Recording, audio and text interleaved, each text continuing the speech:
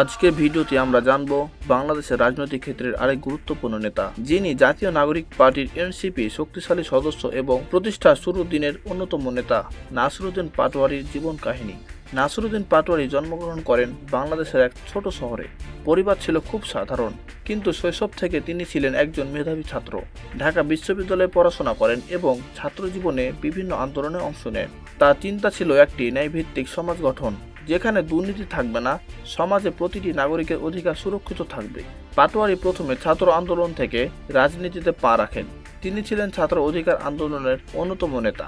এই আন্দোলনে তার সৃজনশীল চিন্তা ও প্রতিবাদী দৃষ্টিভঙ্গি তাকে ছাত্র সমাজের কাছে খুব জনপ্রিয় করে তোলে।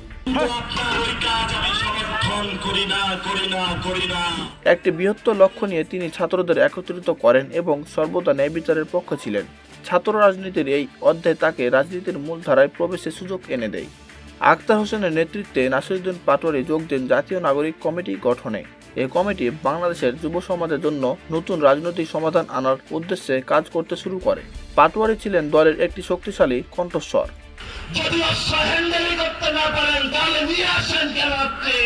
যিনি দেশের বিভিন্ন সমস্যার দ্রুত সমাধান প্রস্তাব করেছিলেন। এরপর জাতীয় নাগরিক পার্টি এনসিপি প্রতিষ্ঠার সময়ে তার ভূমিকা ছিল অবিচ্ছেদ্য। নাসিরউদ্দিন পাটোয়ারীর রাজনৈতিক দর্শন ছিল একদম স্পষ্ট। তিনি একটি উন্নত, সুস্থ এবং সুশাসিত বাংলাদেশের পক্ষপাতী। তিনি বিশ্বাস করতেন যে জনগণের প্রতি দায়বদ্ধতাই সবচেয়ে গুরুত্বপূর্ণ। তিনি বলেন, রাজনীতি কখনোই শুধু ক্ষমতা লাভের খেলা নয়, এটা দেশের মানুষের প্রতি আমাদের এক মহান দায়বদ্ধতা। তিনি সাধারণ মানুষের স্বার্থ রক্ষা করতে চান এবং দুর্নীতি, বৈষম্য ও ন্যায়বিচারের অভাব দূর করতে দৃঢ় প্রতিজ্ঞ। বর্তমানে নাসিরউদ্দিন পাটোয়ারী জাতীয় নাগরিক পার্টির একটি মূল শক্তি। তিনি দেশের বিভিন্ন অঞ্চল সফর করে দল গঠনের প্রচেষ্টা চালিয়ে যাচ্ছেন।